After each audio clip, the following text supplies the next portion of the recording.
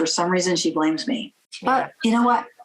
I'm sorry. I'm not going to risk my career for anybody. All right. Well, Captain Sandy, it is so great to talk to you. I watched the first episode of Below Deck, season 7. I can't believe it. But what was it like chartering the boat in Malta? It looked absolutely beautiful. It was incredible. For me, it was the first time, dates back thousands of years, and to drive into that port for the first time was surreal. It looks like something out of like a postcard. It was absolutely picturesque. But you do face some big challenges this season right off the bat, pretty much. You know, your crew is in quarantine. Even getting out of the dock seemed to be a little bit of a challenge. And then at the end of the episode, the boat looked like it was about to tip over. So what were some of those challenges and how did you kind of overcome them this season? You know, for me, as a captain, for new boat, new area, new crew, it's always a challenge. Yeah. I go in with an attitude of it's new.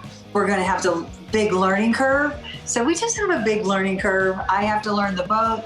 Stabilizers shut down often, and it happens. So yeah, for me, it was learn the boat, trust the crew, and then figure out weather patterns in Malta.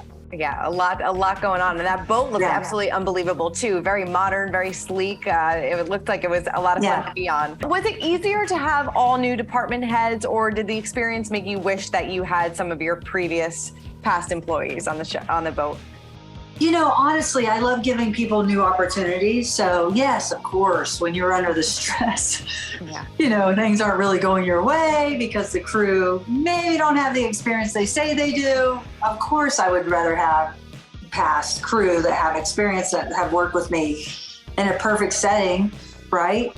However, that's also could be selfless on my part because I'm not giving other people opportunities. Someone gave me an opportunity. I like to mix the new with the old. Yeah, would be nice, a nice balance. Definitely. You've probably seen it all at this point, but was there anything that really shocked you this season? Well, no, I can't be shocked. Right. The only thing that was shocking for me is learning a hybrid of a vessel. Like, don't touch that button. Be careful when you pull into here. You want to adjust this. And it was a lot to learn on that bridge. It's very futuristic and electronics. Mm-hmm. So my mind was busy. So I wasn't really thinking about the crew. I was really thinking about the boat. But yeah, you know, it's all part of the territory, isn't it? Of course. And you have a new chief stew this season with Natasha. What was your first impression of her, and how did the two of you get along this season? Great. You know, you'll see, honestly, she's an expert. She's been, she has a lot of experience, as we all saw, and she's a mixologist. I've never had that. That's pretty epic. I can't wait to watch her create, because I'm not down there watching them create. I'm up there figuring out the boat and, navigating and, liaisoning with the engineers and making the boat run smoothly. So I can't wait to see what she creates. Yeah, definitely. And I know that you've dealt with boatmances in the past, but did you notice the spark between her and Dave early on? I did not, because I don't look for it. And, I always say, I don't care who hooks up as long as they can do their job and they respect each other, right? So when it comes to interfering with someone's personal boundaries, then yes, I step in. Mm-hmm. But the other part was, there are 3 chief stews on our boat. Mm-hmm. How's that going to work out? Right. Yeah. No, a lot of people try to be in charge, right?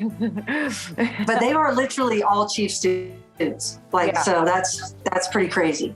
It is pretty crazy. So an elite group, but it seems like some people do have some issues with Reagan right off the bat. Did you notice that at the beginning too? Or is that something, like you said, you're kind of removed from it? So do you assume that, everything is just kind of running smoothly? Well, let's not forget, I don't have 2 crew members. So of course I'm going to pay more attention as I'm learning the boat. At the same time, I didn't know about Reagan smoking while Jason was working.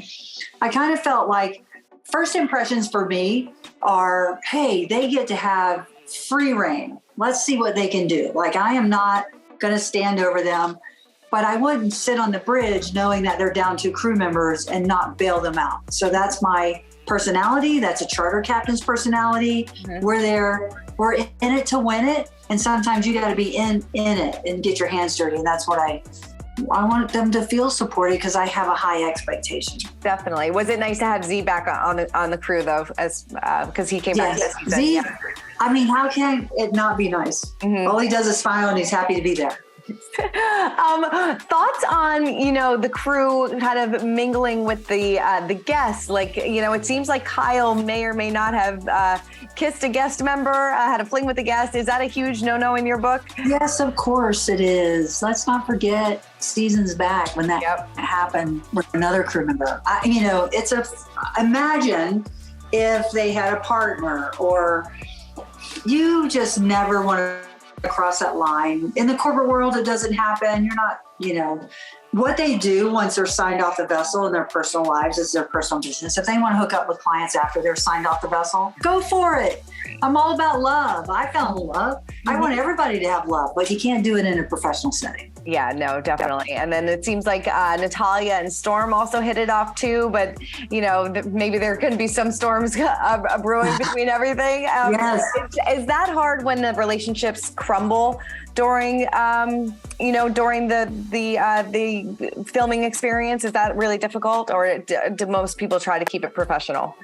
I think for the most part, they try to keep it professional. I think I don't see the crumble. I think they're really good at hiding that.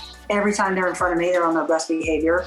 But there are some points where it starts to permeate the crew and permeate the boat. That's when I step in. But I allow them to work out their romance and, breakups. And as long as they do their job and they have the respect for each other, I would never step in. Yeah. Did you miss Malia this season? Yes, of course. Like, I always like to give people the opportunity to learn. So to be able to mix the new in with the old is my goal. However, it was nice having new crew so they could learn. And Malia's on her career path. I'll never forget, she had no interest in yachting, and now look at her. Right. I mean, what was it like running? I know that you had a little reunion a few months back. What was it like running into each other? Great. It's always good to see her. I'm so proud of her. I mean, for me, it's like when she confronted Wes and Adam and said, "You both kissed me," for some reason, I thought she would be a great captain. That's what sparked it, because she can address an issue head on without anger and diffuse it. I witnessed her diffuse the entire conversation between those two. That's why Malia is going to make a great captain. Anybody can learn the skill set of driving a boat and navigating. Yeah, definitely. It's leading people, that's the art. Definitely. How is your relationship with Kody? Do you still keep in touch? Yes, Kody, of course. She was awesome. I mean, her and Malia are now working on a boat together. Yeah, no, definitely. Yeah. I'm sure. Do you keep in touch with a lot of the former crew? Yes, mostly with Max from season 1. I mean, he also pursued a career in yachting. He's now like a first officer on a boat. Yes, I keep in touch with them. Yeah, definitely. I know that you sent Hannah a message after her pregnancy, but I know that she didn't respond. How do you feel about her now? Have you spoken to her at all? No, Hannah doesn't want any part of me. And I'm happy for her in everything that she's doing. Honestly, I've never had a feeling of hate. Yeah. It doesn't live in my heart. I wish her the well, and for some reason she blames me. But you know what? I'm sorry. I'm not going to risk my career for anybody. And I wish her well. Yeah. Do you wish that you can get in the same room with her and kind of explain yourself a little bit? And do you think that would ever happen? I've tried. I don't think she wants any part of it. Yeah. If Hannah ever opened the door, of course. I mean, we've had great conversations in the past. Hannah used to come to my cabin often, and I would hear a lot of her stories. So there was a relationship there. I'm sorry that there's not, but I mean, what can I do? I'm living my life. Right. She's living hers.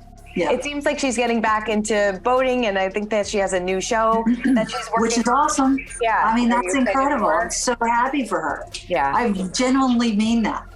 She wants TV. I'm so happy that she has that. Yeah, definitely. Did you watch Below Deck Sailing Yacht at all? Honestly, yes. Yeah. But I'm very limited in my time, so I don't get to watch them all. Right. I love Captain Glenn. I've never personally met him. I think he's awesome. Mm-hmm. Very different mentalities. He's a sailor. I'm a yacht captain. Yeah. Captain Jason, him and I are on the same wavelength because sailing they're just easier. People go on a sailboat because they love sailing. Mm-hmm. People come on super yachts because they want an experience, right? It's not about the love of yachting. Yeah. It's a love of an experience on a super yacht. Very different mentalities. Definitely. I know on a sailing yacht, Ashley decided to skip the reunion after the controversy with Gary. What are your thoughts on skipping the reunions and should that happen or should you kind of be there? That to me is someone who you show up, right? Because that's a professionalism. Mm-hmm. That's when you get to talk about what happened. Right. I mean, unless you have something to hide or you feel guilty about something, I don't understand that. But hey, everybody gets to decide their own fate in their own lives. Definitely. And I know that you have a lot of other exciting things coming up, including your book, Be the Calm or Be the Storm, which comes out in October. Can you tell me a little bit about it? Thanks for asking. It's been in the making for 3 years because I have a brain that was trained in yachting. So I had a ghostwriter and she's like, okay, now it's time. An hour's good. It took us 3 years. I interviewed a lot of my past crew, not below deck crew, like my career crew. And it's basically the first chapter is about my life and how much of a mess I was, how I learned the art of self-leadership, and it's a leadership book, but it's for everybody because it's through storytelling. So you're going to hear a lot of my sea stories, the meltdowns, what happened, the breakdowns, the pirates, everything that happened, and how we triumphed and how we stayed together as a crew. Mm-hmm. My crew today that I've had years ago, we stay in touch. I just had one come visit me when I was in Florida. And I remember watching him as a young guy in his early 20s, shaking everybody's hand on the dock, introducing himself. And I thought, he is going to be huge someday. And he came to America for his meeting with Walmart with his gear. That's pretty amazing, isn't it? And he's from Australia. That's awesome. I can't wait to read it. Only, it'll be here before you know it, only a few months away, right? Yeah, October 4th. Well, Captain Sandy, thank you so much for taking the time. As always, it's a pleasure, and I can't wait to see how the rest of the season unfolds. Thank you. I appreciate it. Thank you so much. Thank you. Everyone, I'm Christina Garibaldi, the host of Us Weekly Celebrity Coverage. Don't forget to hit subscribe for the latest celebrity news, tips, and video. And for much more content, make sure you head on over to usmagazine.com, the official home of Us Weekly Magazine.